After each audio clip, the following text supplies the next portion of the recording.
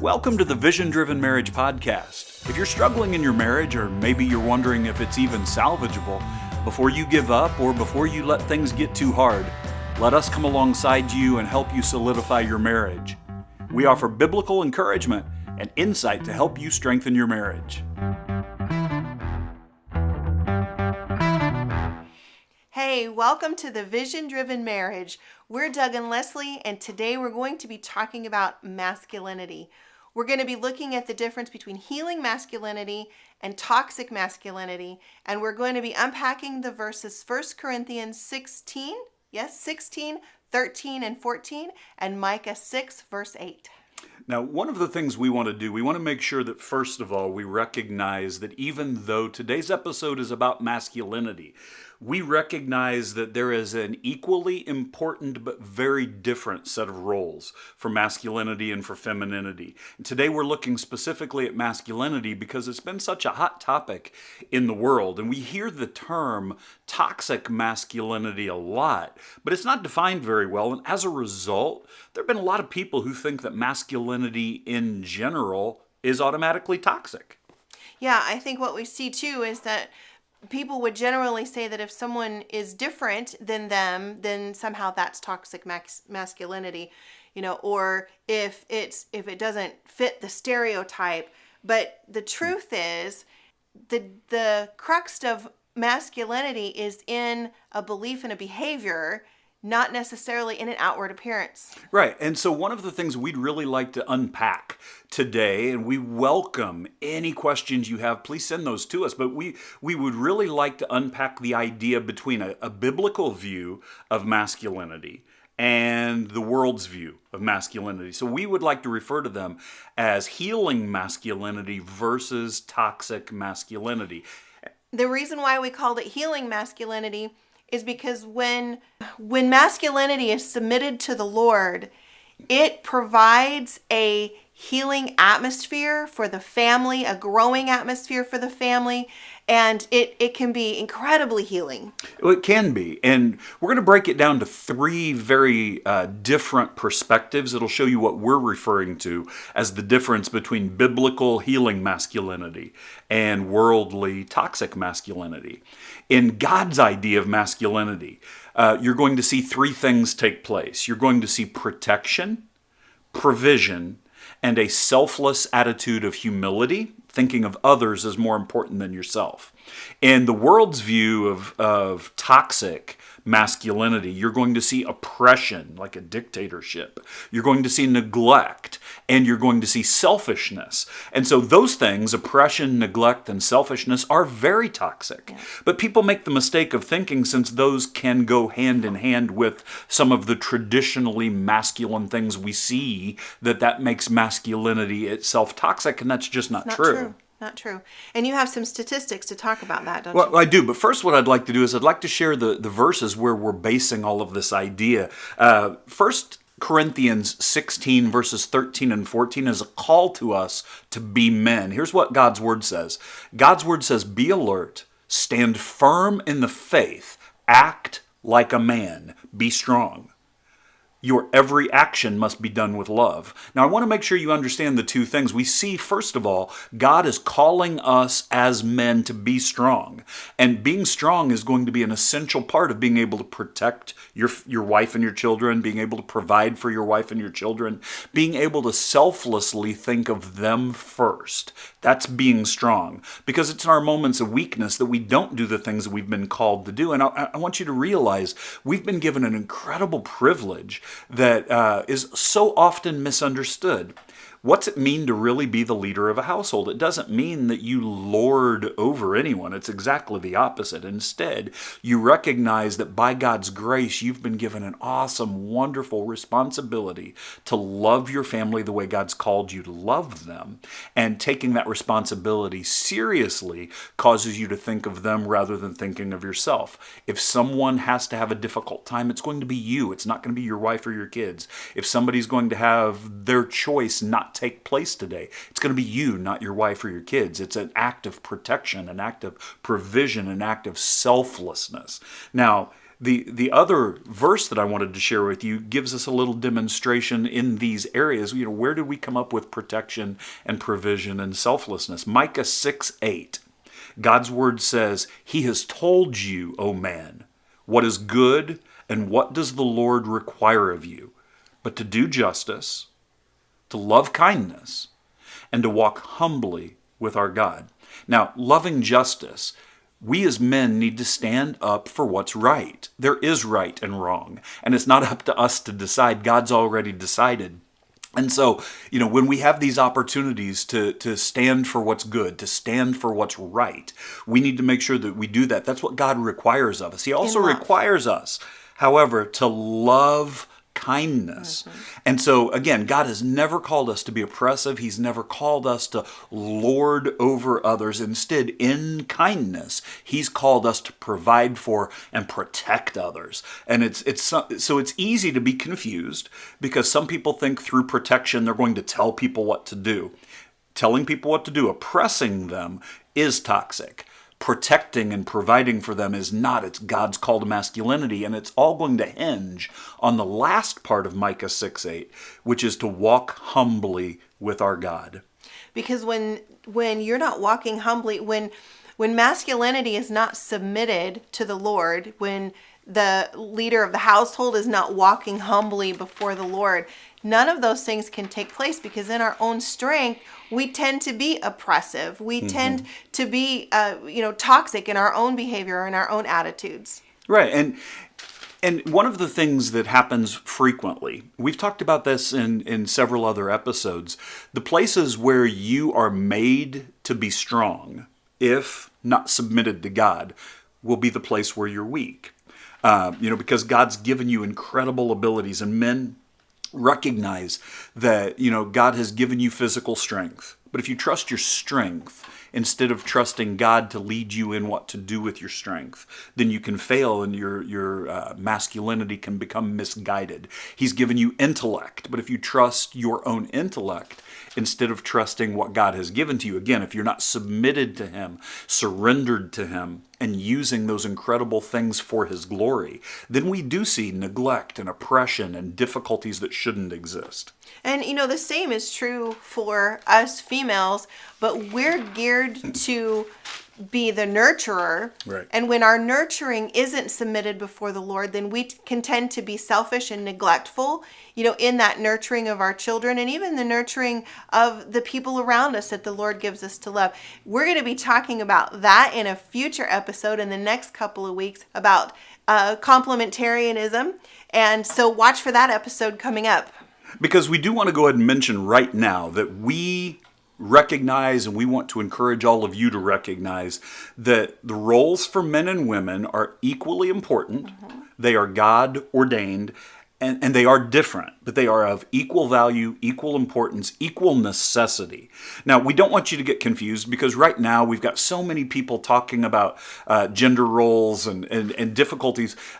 If there's something that's traditionally something that God has called femininity to exhibit, like nurturing. That doesn't mean that if a man is nurturing his children that somehow he's not a man. Right. Please don't misunderstand that. And it doesn't mean that if a man can be empathetic that somehow he's not a man. One of the things that is toxic is assuming that no men ever feel anything. Unfortunately, a lot of us think long before we feel, but that's not one of the roles that God has called you into godly masculinity to exhibit. It is something that God has blessed most women with, the ability to be empathetic and to nurture, and we're grateful for that. But that's not what we're talking about. What we're talking about is God using both men and women in a way that blesses families. And masculinity has been under attack for quite a while. We've seen television shows and we've seen movies and we've seen memes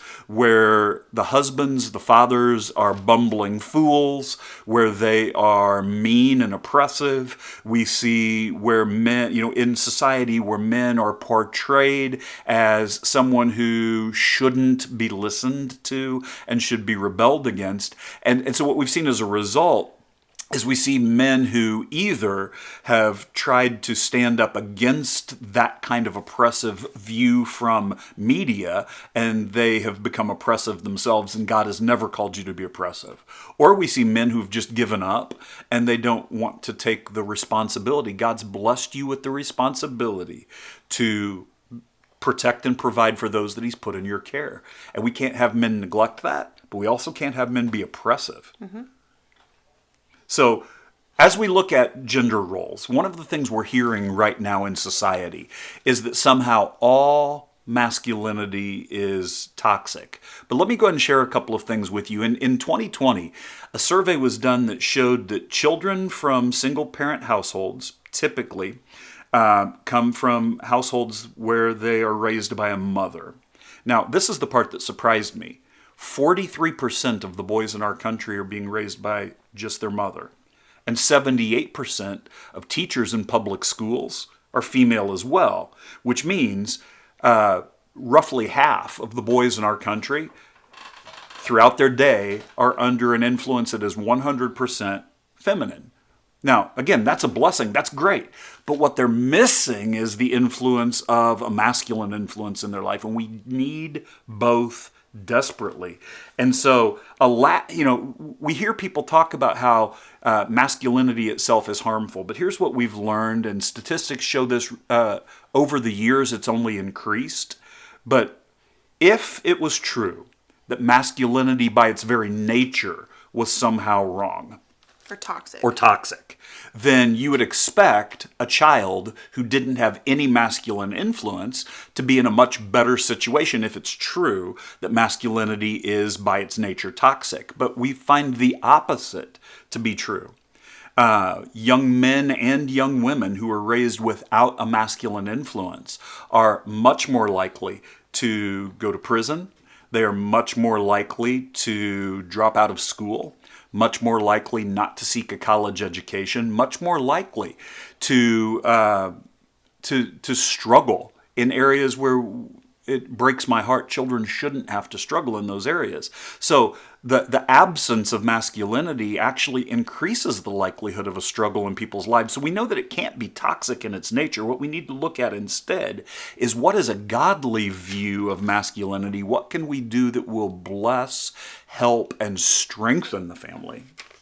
I think those statistics are really telling in that, you do hear a lot in society about masculinity being toxic, but masculinity, just like everything else, when it's not submitted to the Lord and following biblical principles, becomes skewed in a bad way. And then in our human nature, we generalize into, it's all bad because there's some bad. And that's just not true. Right. It's not true at all. And so as a result, society is trying to bring solutions. And we should be grateful that society's looking for solutions. I just want to go ahead and share that the solution that we found is finding and submitting your life to Christ. Yeah. When you find and submit your life to Christ, that's where you'll find the solution. But right now the world is saying things, well, maybe men should be a little more like women. But what we need to do instead is we need to learn to connect as men. And it's going to start here. We need to learn to connect with God as men, recognizing that we've been called to love justice. We've been called to act in kindness. We've been called to walk humbly with God. And if we don't connect with God as men, we're going to struggle to connect with anyone else as men. After we connect with God, we need to connect with our wives. And men, I want to encourage you. I'm so grateful for those of you who have a family that you want to connect with your children too. You should want to connect with your children. But you need to start by connecting with their mother. Connect with your wife. And we need to connect as godly masculine men. And again, what's that going to look like? That means we need to be strong. But it also means that we need to act in love in all that we do. 1 Corinthians shares that, be a man, be strong. Act in love in everything that you do. But the strength that you're talking about right there isn't necessarily a physical strength, right. Isn't it? It is a spiritual strength that starts with an emotional strength that is self-controlled. Right, and see, that's going to be the biggest thing for us to process. yes, being strong physically is something that we can be pretty happy that's true in many of our lives. But God's called us to be emotionally strong, and He's called us to be spiritually strong. Now, some people have said, well, I understand God's called me to be spiritually strong, but can you really say that God has called me to be emotionally strong? Absolutely.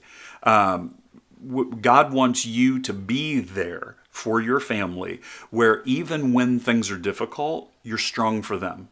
Now, I know that that's something that, again, has been very controversial for a long time, but you find your strength in God. See, here's the key. Men, you've been blessed with some strength, but the only way that you can truly be strong is to realize that I'm weak and I need God. And when I submit my weakness to God, in His strength, I can be what He's called me to be as a man. And it's only in His strength that I can be strong for my wife. There's times where she needs me to be strong for her. It's only in God's strength that I can be strong for my children. And there are times when they need me to be strong for them. But if I think I can do it on my own all the time, I will fail. I will fall short. And the masculinity that is misunderstood is, when you do things in your own strength and you feel like you failed, then you tend to be more neglectful or to be more selfish and not think about the people you should think about. When you realize, I can't do this apart from God, I need His strength in my life, then you can protect, then you can provide, then you can selflessly think of your family instead of yourself. Yeah, I don't have anything to add to that. Now, often what you'll hear in society is a phrase that can be really dangerous if it's not truly understood. You'll hear people say, man up. What does it really mean to man up? We talked a little bit about how it's okay for a man to cry. Jesus cried when He saw Martha and Mary absolutely torn up because their brother had died. He wept. And so a lot of times people, men don't cry. That's not true. What we're talking about when you really look at the proper call to man up is this. God has given each of us a responsibility to take care of those He's placed under our care. Ladies, what a blessing that God has given you children who are under your care, has given you, if you're in management at your job, giving you people who work for you who are under your care.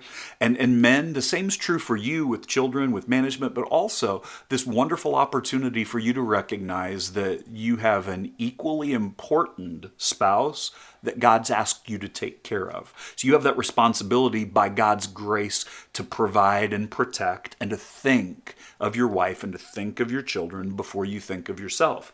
And so when we say man up, the world has a different view of that than God does. God's view of manning up is provide the way you're supposed to provide.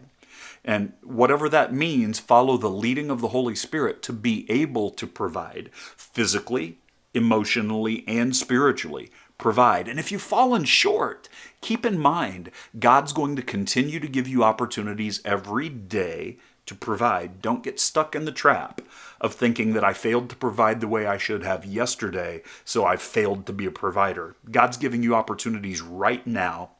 While you're listening to this, God is giving you opportunities to provide today. And when we say man up, step up to that call that God's given to you to be a provider in love, to love what's right.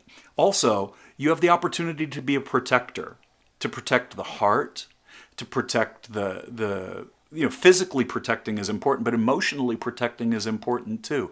You'd be amazed how much your wife will feel protected when she knows for certain that you never talk negatively about her when you're out at your job or you're out in the community. She knows that she's protected. She knows that her name and she knows that her reputation are safe in you, that you will protect that. That's an incredible blessing. It is. Absolutely. It's an incredible blessing.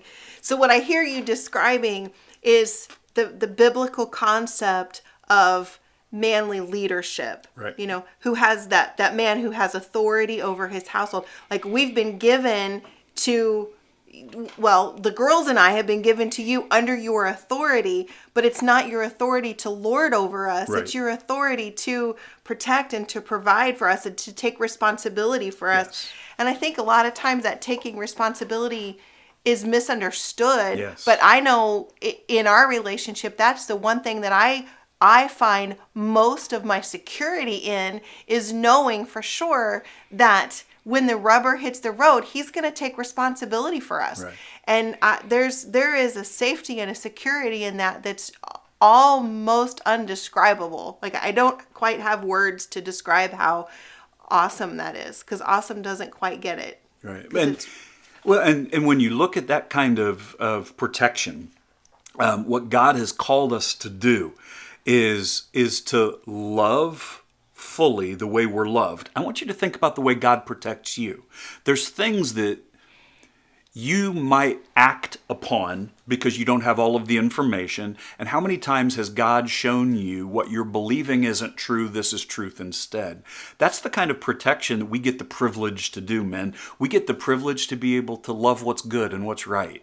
And somebody will do that for you when you're struggling as well. But you get the wonderful privilege to be able to do that and to be able to, come alongside your spouse, come alongside your kids, to point them to what's good, to point them to what's true, to point them to what's right, to love justice, to speak all of that in kindness, to do it all in love while you are humbly submitted to God. Again, I want to encourage you, just spend some time reading 1 Corinthians 16, verses 13 through 14. Read Micah 6:8.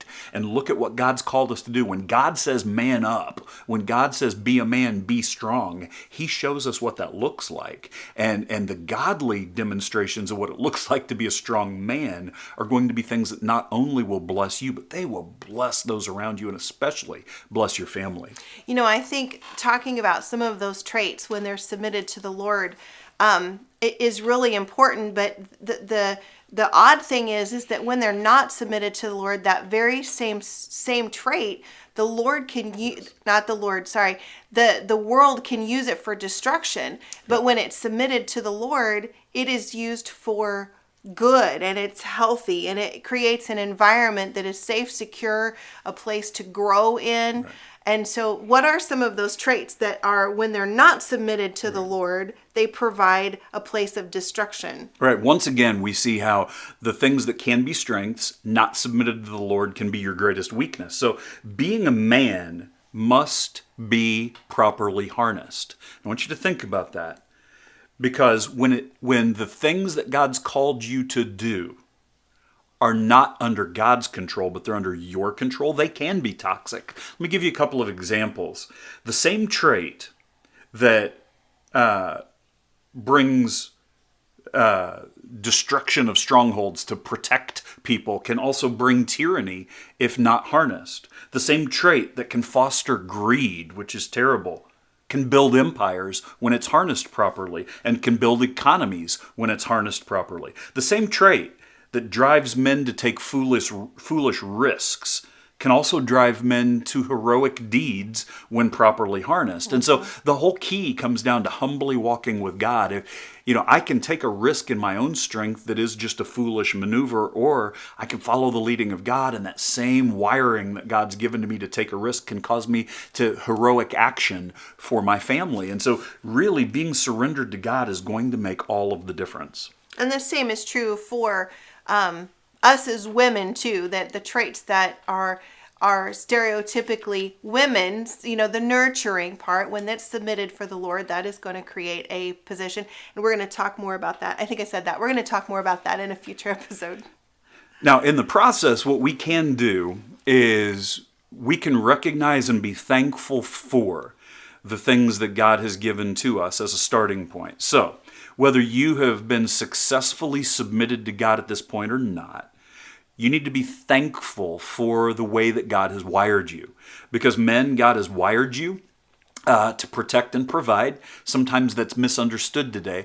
By the way, my wife does not need me to do those things for her. She's fully capable of doing them herself. But she is blessed and strengthened and encouraged when I'm surrendered to God's leading and He allows me to provide for her and protect her. Again, not because she can't do it herself, but because there's a genuine demonstration of love and respect. There's a genuine demonstration of humility in that, and it's something that God will honor. And we also need to be thankful. Ladies, you need to be thankful for the way that God's wired you, and one of the many things that He's wired you to do is that incredible nurturing, which I am really thankful for.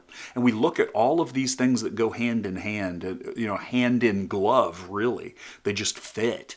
And we see the amazing proof of the perfection of God's plan. Mm-hmm. Now, you might be thinking, but I haven't been doing it well. I haven't been doing it right.